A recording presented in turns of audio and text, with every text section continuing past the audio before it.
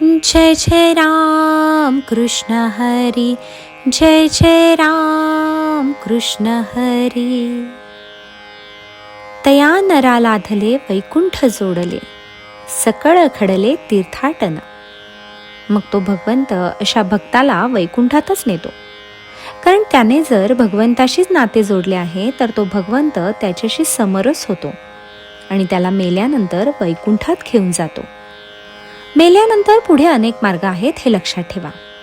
आपल्याला वाटते की मेला म्हणजे संपला, गेला. नाही, तसे होत नाही. पुढे इतके मार्ग आहेत की अरे बाप रे बाप. नरकाकडे जाण्याचे अनेक मार्ग आहेत. नरक म्हणजे अतिशय दुःख, घाण. त्यानंतर स्वर्गाकडे जाणारे मार्ग आहेत, वैकुंठाकडे जाणारे मार्ग आहेत, कैलासाकडे जाणारे मार्ग आहेत, सप्तस्वर्ग आहेत, तिकडे जाणारे मार्ग आहेत. मग ह्यातला कुठला मार्ग पाहिजे तुम्हाला? कधी शोधून ठेवला का तुम्ही? गावाला जाताना मार्ग माहिती असतो. कुठे जायचे आहे तर म्हणतो मुंबईला. मग मार्ग माहिती आहे का? नाही हो, माहीत नाही. मग कसे काय जाणार मुंबईला? मग हा खुर्चीत वेळ काढीत बसला तर जाईल का मुंबईला? मग आधी मार्ग माहीत करून घे. कुठले तिकीट काढायचे ते तिकीट काढून घे आणि मग त्या गाडीत बैस. तसेच मरणाच्या वेळेला आपल्याला कोण सांगणार की तू आता ह्या मार्गाने जा? तेव्हा तो मार्ग आपल्याला आधीच माहिती असला पाहिजे की आपल्याला मेल्यानंतर कुठल्या मार्गाने जायचे आहे. ज्ञानोबा म्हणतात, हे तेव्हा ठरेल जेव्हा तुम्ही भगवंताशी नाते जोडाल, प्रेम कराल, भगवंताचे स्मरण कराल, भगवंताची भक्ती कराल, त्याच्याच ध्यानामध्ये राहाल. मग तो भगवंत तुम्हाला बरोबर ऐन वेळेला मार्ग दाखवून देईल. तो म्हणेल, चल रे, ये इकडे माझ्याकडे, तुला वैकुंठात घेऊन जातो. मग भगवान म्हणतात, तया नरा लाधले वैकुंठ जोडले. मग त्या भक्ताला तो वैकुंठाचा रस्ता दाखवतो. चल, माझ्या घरी चल तू आता. अरे केवढी कृपा आहे त्याची. ज्या ठिकाणी भगवान वैकुंठामध्ये राहतात त्या वैकुंठामध्ये ते आपल्याला घेऊन जातात. भगवंताला अशा भक्ताची फार आवड आहे की जो मनुष्य देहाने त्या भगवंताची आराधना, त्याची पूजापाठ करतो, त्याचे स्मरण करतो, रात्रंदिवस त्याच्यामध्ये तो रंगतो. मग त्यालाच भगवंत आपल्याबरोबर घेऊन जाणार. सकळ ही घडले तीर्थाटन. मग त्याला सगळी तीर्थे घडतात. मग त्याला तीर्थांची काही कमी नाही.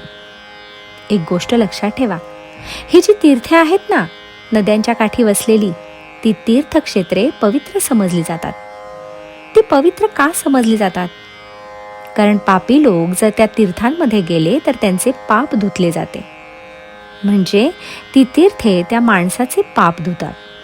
आता पापे धुवून तीर्थ चांगले राहील का? शुद्ध राहील का? पापी मनुष्य तेथे बुडाला आणि तेथे एखादा पुण्यवान बुडाला तर काय होईल? ज्या डोहामध्ये हा पापी बुडाला आणि त्यात तो पुण्यवानही बुडाला, त्याला काय मिळेल?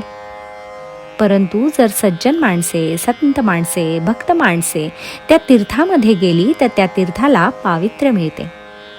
संत सज्जनांच्या सहवासाने ती तीर्थे पवित्र होतात. हे तीर्थ त्यांच्या चरणांचे तीर्थ म्हणून घेतात. म्हणून ही तीर्थक्षेत्र बनली.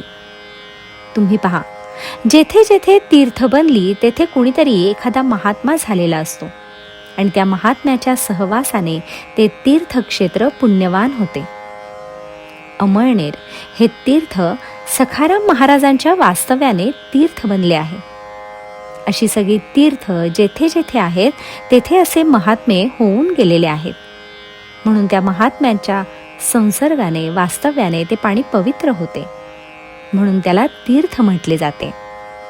मग ज्ञानोबा म्हणतात, हा जो भगवंताला प्रिय असलेला साधक आहे, भक्त आहे, तो जर वैकुंठाला जायला निघाला तर त्याला अनेक तीर्थांचे पावित्र्य प्राप्त होते. कुठल्याही तीर्थामध्ये तो जाऊ शकतो. पण जर का तो मनुष्य मनोमार्गे गेला तर तो तेथे मुकला. जय जय राम कृष्ण हरी, जय जय राम कृष्ण हरी.